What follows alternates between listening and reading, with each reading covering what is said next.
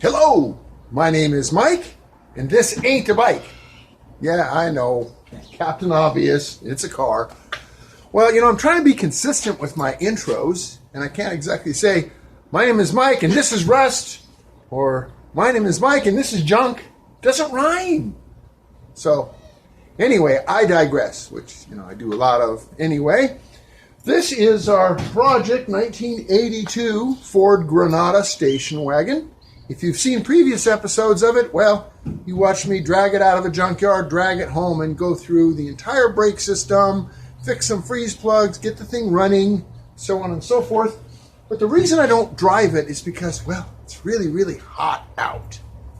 Now, today's episode, we're going to put a new heater core in it. You might ask, well, why do I want to replace the heater core if it's 100 million degrees out? What do I care?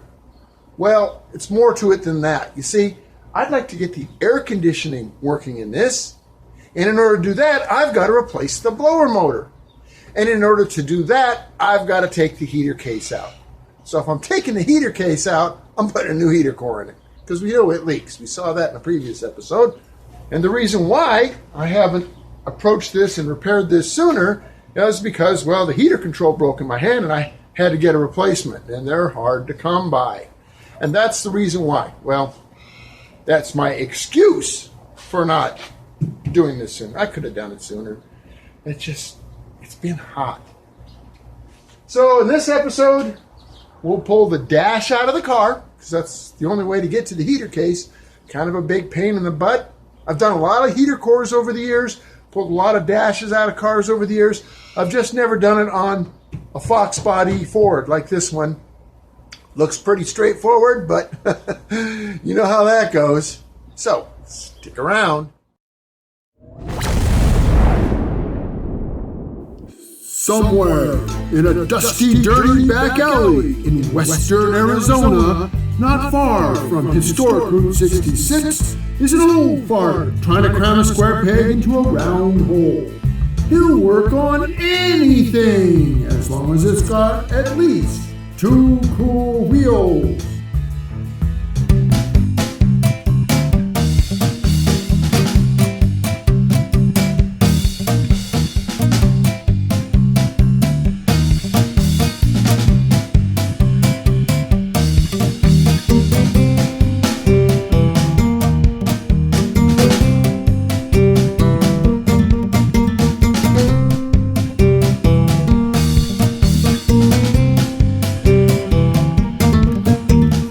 In previous episodes, we talked about my 1982 Ford Granada station wagon and how in the process of trying to troubleshoot the cooling system or the air conditioning system, well, the air conditioning control panel just kind of exploded in my hand. So this little pile of rubble here is what's left of it. So I went to the junkyard to get a replacement one, and they had one. This is the one I purchased, and it looked pretty good. Had some cracks, so I wanted to make sure it wouldn't come apart on me. So I built some little reinforcements for it and then promptly dropped it and broke it further. So it kind of sort of works. Went back to the junkyard and really got lucky. I scored 2 more control heads, and this one, which is probably the one I'll use because, well, it doesn't have the defroster on it like that one does. This car doesn't have a rear defroster, but does have a little crackage where this switch right here attaches. I think I can fix that. But at either rate, if you try to find one of these control heads for a Fox body, they're hard to find. This is the same chassis as the Mustang and the Fairmont, and it's not available new. There's no new old stock out there, so I guess I was lucky. If you look on eBay trying to find one, well, get out your wallet. Now, these knobs can be removed. I don't know if you can really see it. There's like a little spring clip in there that holds it on. Once those knobs are removed, and I just use a little pair of pliers to squeeze that spring clip. Here, you can kind of see it from here. It just, the spring action in it provides friction so the knob stays on.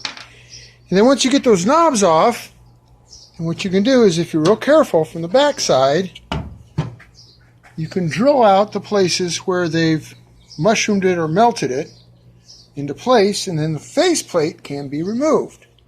So what I'm going to do is, since this one's bound up and this one operates nice and smoothly, the mechanism's better in this one, but the faceplate, well, it's starting to come apart, and it's got a rear defroster, which my vehicle doesn't have. So what I'm going to do is take the faceplate off of this one, remove the defroster switch, and put this faceplate on it, and I'll have a damn near perfect controller.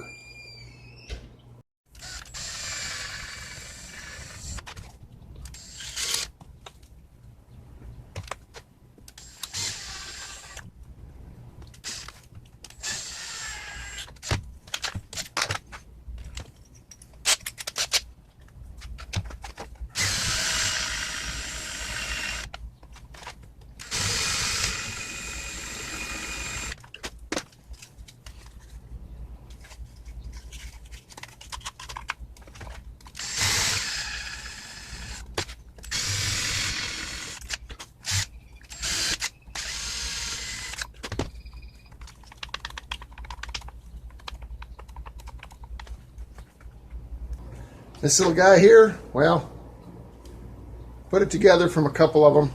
I had to do some, modification, but we've got one. Everything works on it.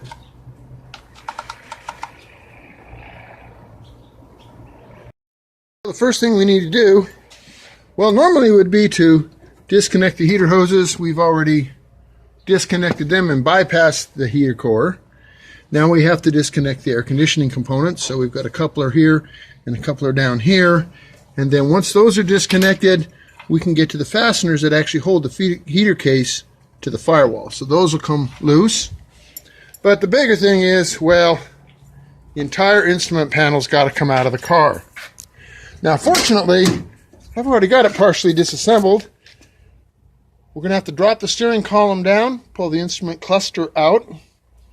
We're going to take our, our fancy CB out of the way, and then the entire instrument panel is held in by a bunch of bolts and screws. We'll take the dash pad off so we can get that row of screws across the top and back, and then we can just take it out. Don't have to take it out completely, but we can lay it down on the front seat, and then that heater case can come out, and we can take it apart, get the heater core out of it and the blower motor out of it.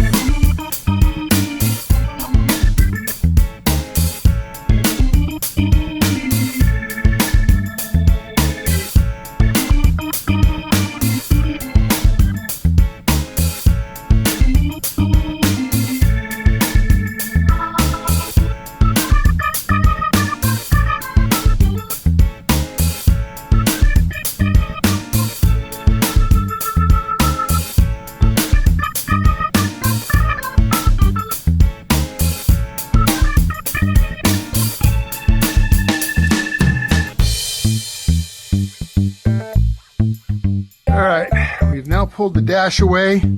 It's secured across the top here with some small screws. And then there's an anchor point on each side. There's a bracket here, and there's one alongside the steering column. What I didn't realize until the last second is there's two screws going just in under the fuse box, and I almost cracked the plastic. And as you can tell, well, the plastic doesn't need any help cracking. It's doing a wonderful job all by itself.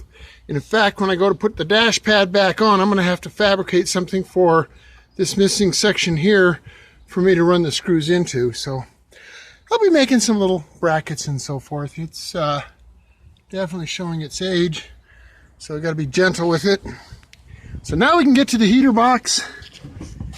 There are some studs outside that need to be, the nuts need to be removed. These brackets here come out. I've got some electrical connections. I've already unplugged the vacuum connection. And then we'll be able to take this entire case out, take it apart, put a new fan motor in it, and put a new heater core in it. Hopefully I got enough room to clear this dash. I may have to maneuver the dash a little bit more. I'm just trying to be really gentle with it because it is so crumbly. Now with this AC accumulator disconnected, these are the same studs that this accumulator bracket attaches to, so now we can get to the nuts. Very long studs. We'll take those nuts off. There's one, two, and I think there's a third one at the bottom. Yeah, maybe not. But two of them anyway. So we'll pull those studs loose and see if we can't get that case out of there.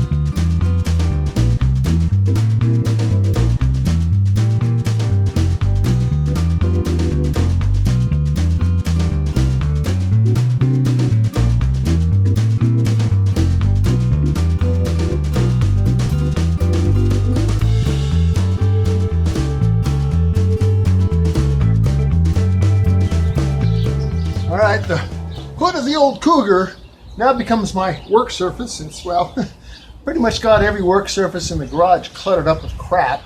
So we'll clutter this up too.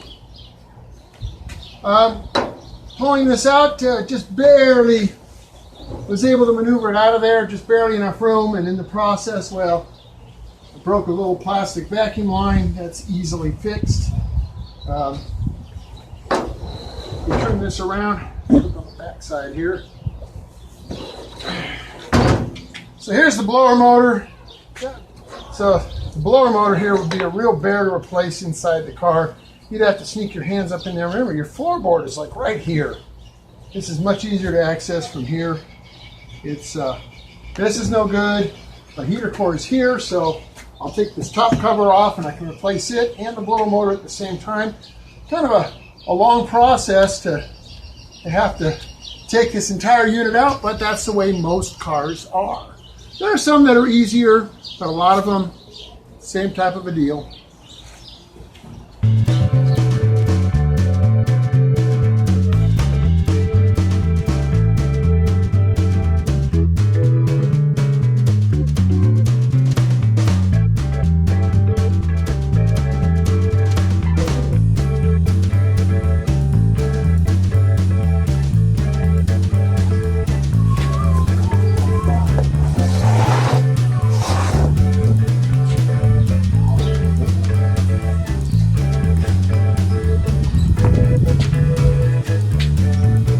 Looks like I got the wrong part again. I just can't win.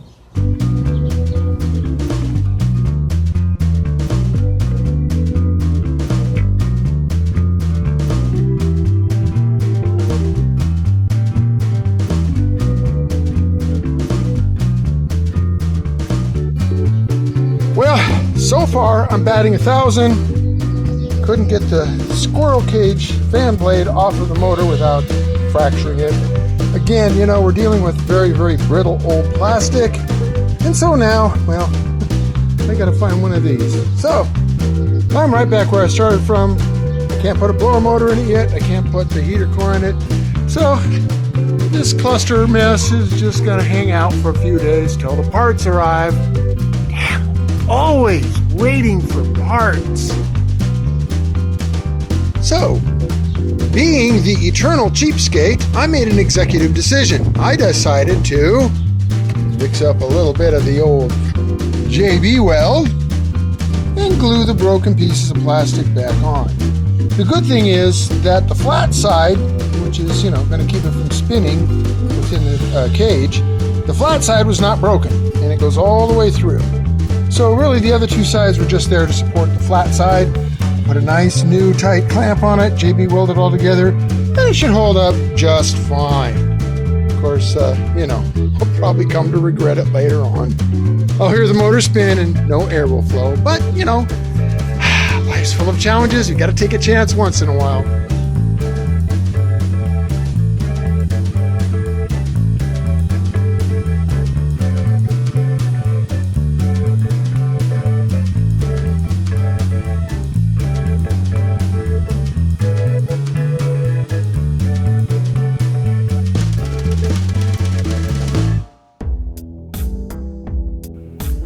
So I thought I would throw in a quick plug for Dan's Auto Wrecking, who helped me get the parts I needed. He got some wonderful vehicles like this unibody Ford. Those are hard to find, and it's rust-free Arizona vehicle. There was a 67 Thunderbird, and believe it or not, the interior is still intact in this car. These cars are fairly complete. They're smart enough not to dissect all their cars. Here's a 42 Oldsmobile. When was the last time you saw one of those? Dan's Auto Salvage, Kingman, Arizona.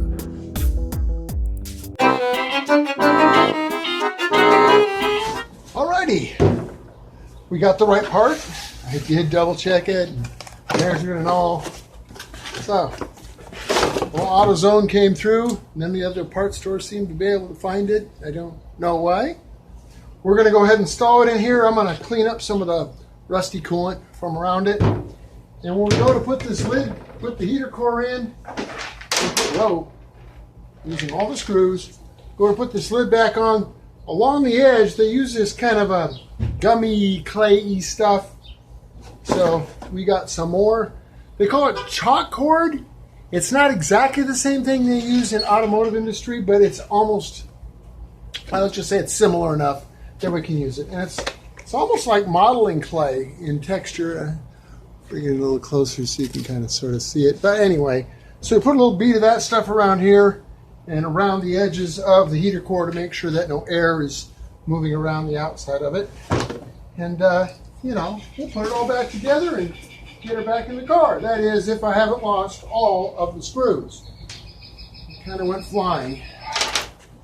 Do it to myself every time. Sorry guys, I'm just a slow learner.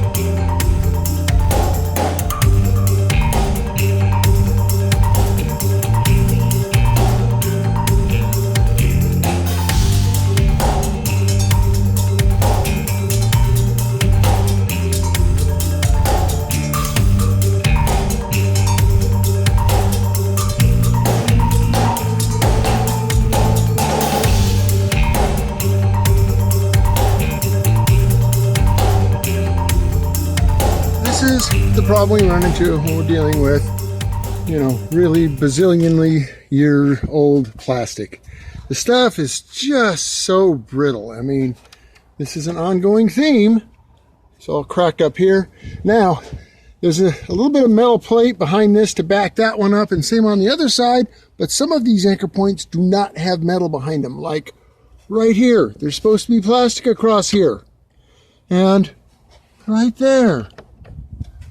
Once these are anchored down, that holds the lower portion of the dash. But when I go to put the dash pad on, well, I've got a series of screws that have to attach, like this guy here and this guy here. But even this one is like barely connected. And this one, well, it's missing altogether. Well, no, it's not missing. I still have it. It's right here in my hand. Goes right there. So now I get to play with like plumber's tape, and I get to fabricate a bunch of metal brackets and reinforcements. There's plenty of room up here to attach to all this plastic that's still kind of sort of intact. And we can attach to many different points here. So we'll make up a bunch of brackets and give this thing a little bit of reinforcement and then something for the dash pad to attach to. So that's our next little project. These crumbly pieces of plastic here have been replaced with a little strip of plumber's tape. It is anchored here and here to the firewall, so it's solid anchorage. And now my speaker can anchor to this point and this point here, and I have an anchor point for the dash pad itself when it goes back in. So a little strap of tape does a lot of repair. And we'll repeat that in this area. We now have this. There's an anchor point there, and an anchor point there for the dash, and one right there. Looky there, the dash won't fall up. Well, it's not going anywhere anyway, but at least it won't rattle around.